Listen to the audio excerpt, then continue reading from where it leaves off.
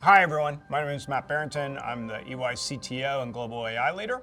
And with me today is John Roese, Dell Technologies CTO and Chief AI Officer. I know in market you've been talking quite a bit around three specific market areas of AI and how it's rolling out. We know it's moving fast, you've been talking about that quite a bit.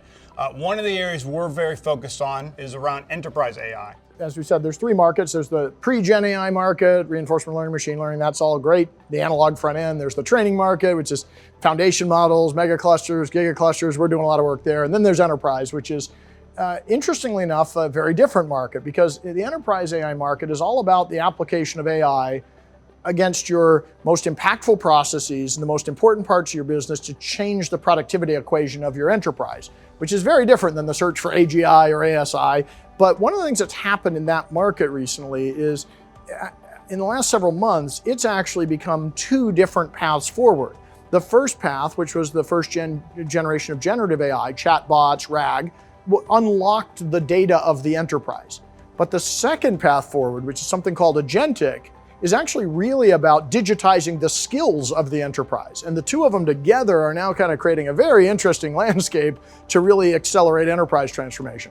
Agent was the top word of the week at NVIDIA's GTC, and really around enterprise adoption. So one of the things we're seeing very rapidly, to your point, is the ability to take data, curate that data, and turn it into a set of capabilities that you can actually use to take action. So like the thing we've been talking about in market is, the early days of LLMs and generative AI, while super interesting, have really been kind of centered around the right questions or prompts. You can get the right answers, and it's been very helpful from a productivity perspective. What we're keenly interested in is this next era where agents can actually start to take actions. And to your point, we believe that's going to be highly collaborative, with humans and AI needing to work together. There's going to be a high degree of orchestration.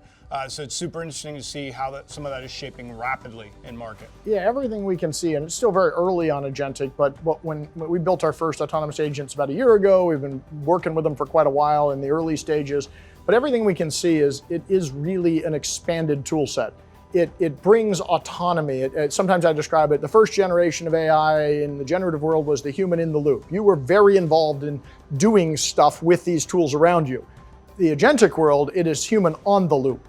You tell it what to do, you give it instructions, you define good and bad, but it does the work. And the speed in which it can do that work and the complexity that it can go navigate, especially ensembles of agents working across domains, that has just enormous disruptive potential for the kind of productivity curve that people are trying to achieve. At the end of the day, EY is a group of 400,000 knowledge workers, so we're taking this very seriously around the productivity improvements, the art of possibility that we think we can drive from agentic adoption, et cetera.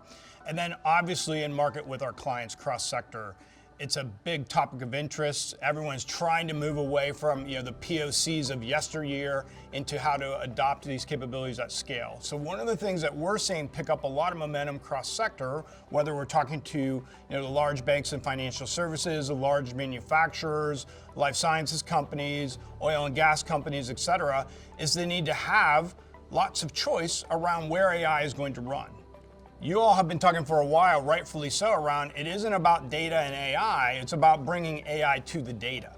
So the flexibility for deployment models across hyperscalers with cloud models, your own private environments, your private hosted environments, and then ultimately the capabilities that you need with Edge is going to be really important. So we like the framework that we've got in the core platform capabilities to have multiple choices of deployment. Yeah, one really important thing in the enterprise market is we're still early. Most enterprises haven't activated yet. And I've always said the two things we need to be true for the enterprise market to really take off are, one, we have to have reusable, standardized technology. They have to be able to consume a technology, not just have to build it themselves.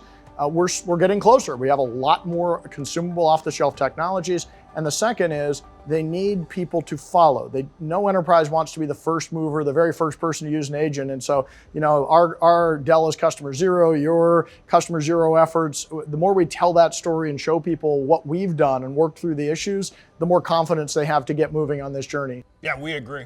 Our own client zero story has been really impactful. I talk about that on a daily basis with clients, with analysts, with the press. And there is a difference. I mean, it's fascinating. You and I talked about this a while back, right? If you just look at the trajectory and the clip rate of change in this market, like this tech innovation is, frankly, I think it's the fastest tech epoch change I've ever seen in my career. I've seen some interesting ones. It's just fascinating to see how quickly this one is moving, yet the adoption capability is lagging. So anything we can do to simplify and demystify and bring together the right software and hardware constructs are going to be important. This is just spectacularly important technology. I'm an optimist. I believe it will work itself out. The only thing, that is the reality that is different this time is the speed in which it's moving means we have to be very, very aware that we're going to cause some disruption, and we're going to have to work through that to make sure that we actually end up on the right side of this, which is why we have to be thoughtful, but we also can't pause and wait for it to work itself out, because by the time it did that, you'd be so far behind, you'd never catch up.